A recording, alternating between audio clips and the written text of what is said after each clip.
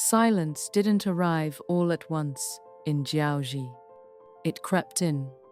Messengers came less often. Taxes came more often. And in the homes of local elites, even conversation began to feel like a risk. Then her husband, the Sach, was taken.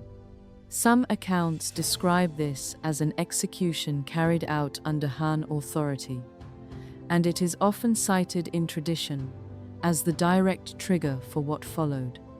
After that moment, nothing in Trưng Trac's world stayed private anymore, because when pressure crosses a certain line, it stops being personal and becomes political. We go back to around 40 CE. Jiaozi commandery northern regions of what is today Vietnam exists under the administrative structure of the Han Empire.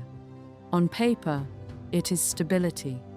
In practice, historical accounts describe increasing taxation, stronger administrative oversight, and growing pressure on local aristocratic families who once exercised meaningful autonomy. Control, in this period, is not always visible in force. It often arrives through systems, through documentation, through officials who represent authority, even when physically distant. And slowly, those systems begin to reshape older local structures.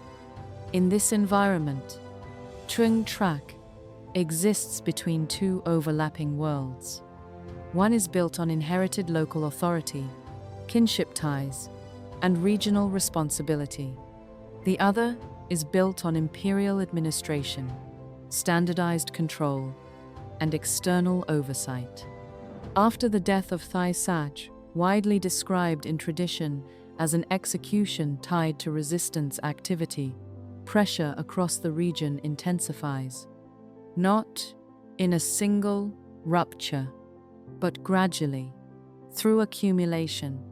Local elites begin meeting more frequently, not in formal administrative spaces, but in private homes. These spaces shift in function, from social gatherings to quiet coordination points. Trưng Trắc, alongside her sister, Trưng Nhị, becomes part of a widening network of alliances. This is not a modern unified movement. It is fragmented, uneven, and locally driven. But it is real in structure. Kinship ties connect groups. Regional loyalties reinforce trust. Shared grievances create alignment even without full coordination. Some groups hesitate. Others act earlier. Some wait to see what others will do. Sources differ on the degree of coordination at this stage, but the direction is consistent. Pressure is accumulating, and organization begins forming around it. Female leadership in early Southeast Asia was not impossible, but still exceptional at this scale. And Trưng Trac's position emerges from within existing local elite structures, not outside them. Before open conflict, change lives in small decisions. A message carried discreetly at night. A meeting arranged without written record. A vow spoken without witnesses. Oral traditions describe oath-taking gatherings among local leaders, moments of collective alignment under pressure, sometimes framed through ritual language and symbolic acts. Whether fully formalized or later interpreted, they reflect something consistent: identity being reinforced through shared commitment. In these accounts, leadership does not appear as command from above. Trưng Trắc is present in the process, listening more than speaking, reading hesitation, measuring how far trust can stretch before it breaks. Imperial authority remains structurally present but uneven in reach. Strong in administration, less immediate in daily life. That distance creates space where coordination becomes possible. Around 40 CE, scattered resistance transitions into open uprising.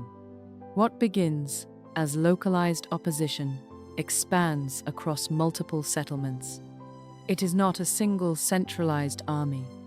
It is better understood as a network of regional alliances, uneven in strength, uneven in coordination, but connected through shared opposition to imperial control. In later tradition, Trưng Trắc is described as a central leader of this uprising, alongside Trưng Nhị. Her authority is associated with Mei Lin as a symbolic center of coordination and legitimacy. Over time, this short-lived autonomous rule, lasting roughly 3 years, 4043 CE, is remembered as a moment when local authority briefly reasserted itself. Control over multiple settlements is often cited in historical tradition, with estimates commonly referencing 60+ strongholds under varying degrees of alignment. For supporters, this was not only resistance, it was restoration, a rebalancing of authority that had been steadily compressed. Jiaozi's geography shaped everything. Rivers and wetlands determined movement, communication, and separation. Connection was possible, but never guaranteed. Local networks and empires operate differently under pressure. Local movements rely on relationships, proximity, and trust. Imperial systems rely on hierarchy, structure, and administrative endurance. The Han response is associated with General Ma Yuan. His campaign is described as methodical, reasserting control step by step across the region, where the uprising depends on flexibility and connection. The imperial response depends on structure and sustained reach. And over time, structured systems tend to resist fragmentation more effectively than loosely connected networks. The uprising does not end in a single moment. It weakens in stages. Some alliances hold longer under pressure. Others withdraw earlier as conditions shift. Communication becomes harder. Coordination becomes uneven. Historical accounts consistently describe a gradual erosion of unity rather than a single decisive defeat. This is not only military decline, it is structural breakdown of coordination itself. Connections between groups weaken. Shared intent fragments. Leadership becomes harder to sustain in practical terms, not because belief disappears, but because structure no longer supports it. Trưng Trac's role increasingly shifts, in later interpretations, towards symbolic significance as cohesion declines. The story of Trưng Trắc survives in multiple forms: historical, interpretive, culturally remembered. In some accounts, she is a regional leader responding to escalating political pressure. In others, she becomes a symbol of brief autonomy. Across these versions, 3 patterns remain consistent. Leadership emerges most clearly when pressure is shared across communities, not confined to individuals. Identity becomes politically powerful when reinforced through kinship, locality, and shared experience under strain. And symbolism often outlives the systems that attempt to suppress the movements that created it. Empires can reorganize regions. They can restore administrative order. They can suppress uprisings.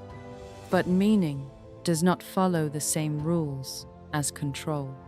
Because long after Jiaozi returned to routine movement and trade, the memory of resistance remained, not a certainty.